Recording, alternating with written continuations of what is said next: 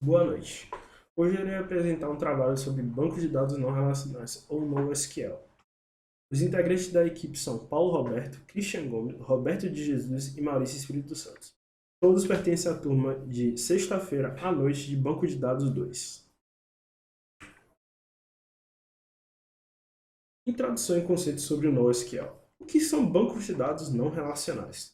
Com a crescente popularização da internet e o crescente número de usuários nas redes sociais, ficou bastante difícil tratar dados, fazendo com que os torne complexos e sua manutenibilidade ficou cada vez mais cara. Uma solução foi a criação de bancos não relacionais que permitem uma escalabilidade melhor e mais barata, e muito menos trabalhosa.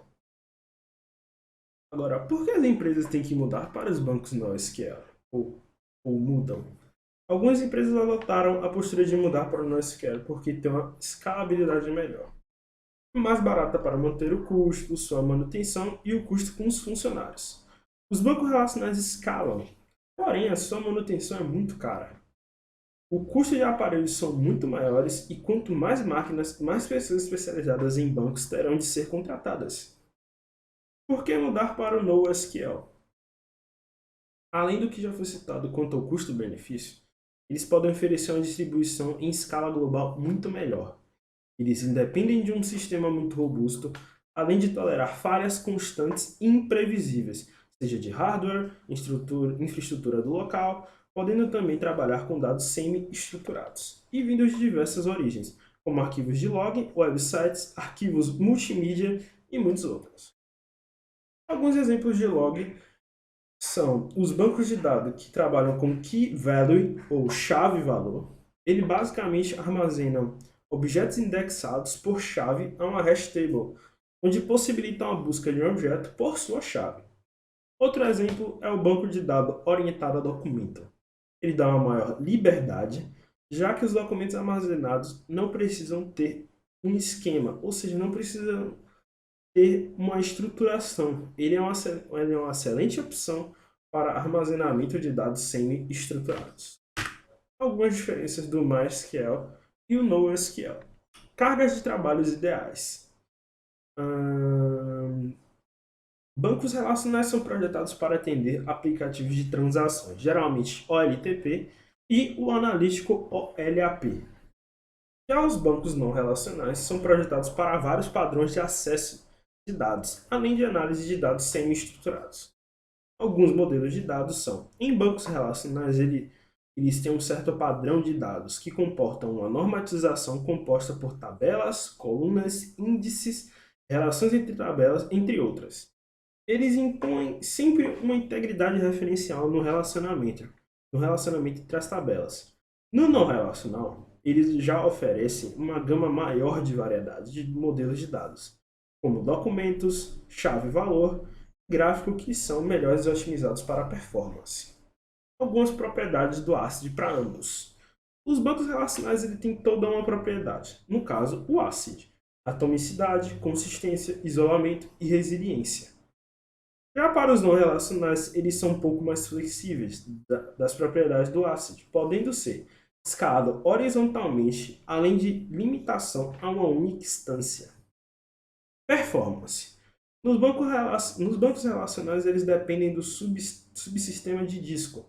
A estruturação de tabelas, índices e a otimização de consultas é essencial para alcançar uma alta performance. A performance no SQL depende do tamanho do cluster, do hardware, da latência da rede e do aplicativo de chamada. Escalabilidade. Os bancos relacionais geralmente necessitam de uma carga de hardware maior. Quanto maior o recurso de hardware, mais eles escalam. Já nos bancos não relacionais, eles podem ser particionados, porque eles escalam horizontalmente o tamanho usando em arquitetura distribuída. Para aumentar a transferência que fornece performance, consiste em escala ilimitada. As APIs. O armazenamento em APIs para o relacional é feito em SQL, ou Linguagem de Consultas Estruturadas. Essas consultas só podem ser realizadas e executadas pelo banco relacional. Já no não relacional, as APIs são baseadas em objetos que permitem desenvolvedores de aplicativo armazenar e restaurar facilmente dados que foram apagados. A forma de pesquisa pode ser por pares de chave-valor, conjunto de colunas ou documentos semi-estruturados. E agora são exemplos de empresas que disponibilizam soluções NoSQL. MongoDB, eles oferecem a forma como documento, sempre com, eles botam lá o cluster, quanto que custa cada um, e tem um gratuito que eles dão de graça, 15 e 2 megabytes.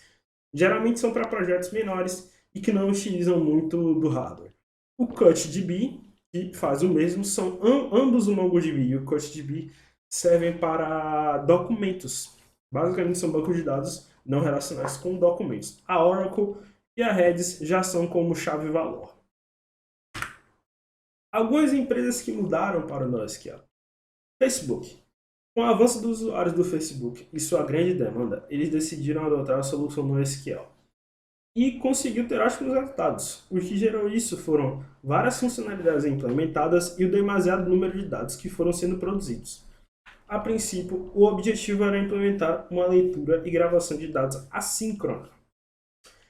A gigante brasileira Globo também se aliou ao NoSQL em 2010, utilizando um mix de vários outros bancos como MongoDB, Redis e Virtuoso. A justificativa da empresa é de que os bancos não relacionais possuem soluções melhores para problemas que forem encontrados. Amazon. Uma das empresas gigantes que adotou NoSQL foi também a Amazon. A empresa tem um reconhecimento mundial em ter bancos de dados que seja simples de desenvolver, ter baixa latência e principalmente uma grande resiliência, o que permite uma economia de tempo muito maior, dando opções de vários tipos de armazenamento e modelagem, como dados de gráficos, armazenamento de documentos, mantendo uma alta qualidade de serviço.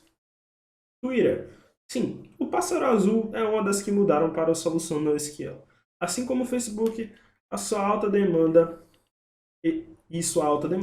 eles precisavam de um local de armazenamento de dados que conseguisse acompanhar a curva de crescimento de dados enviados. Portanto, sua solução foi optar por NoSQL, eliminando um desequilíbrio entre uma alta curva de crescimento em dados e um banco que conseguisse armazenar de forma eficiente todos esses dados que eram enviados. Conclusão.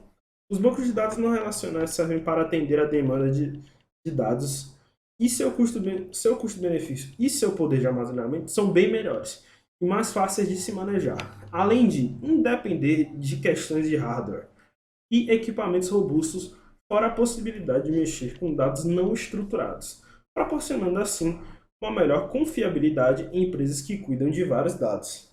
Eu fui uma dessas pessoas que testou um banco não relacional, apenas para um trabalho de equipe na própria Unifax. Eu realmente achei mais simples, mais prático, evita muito insert, muito delete, muito update, e realmente toma bastante tempo.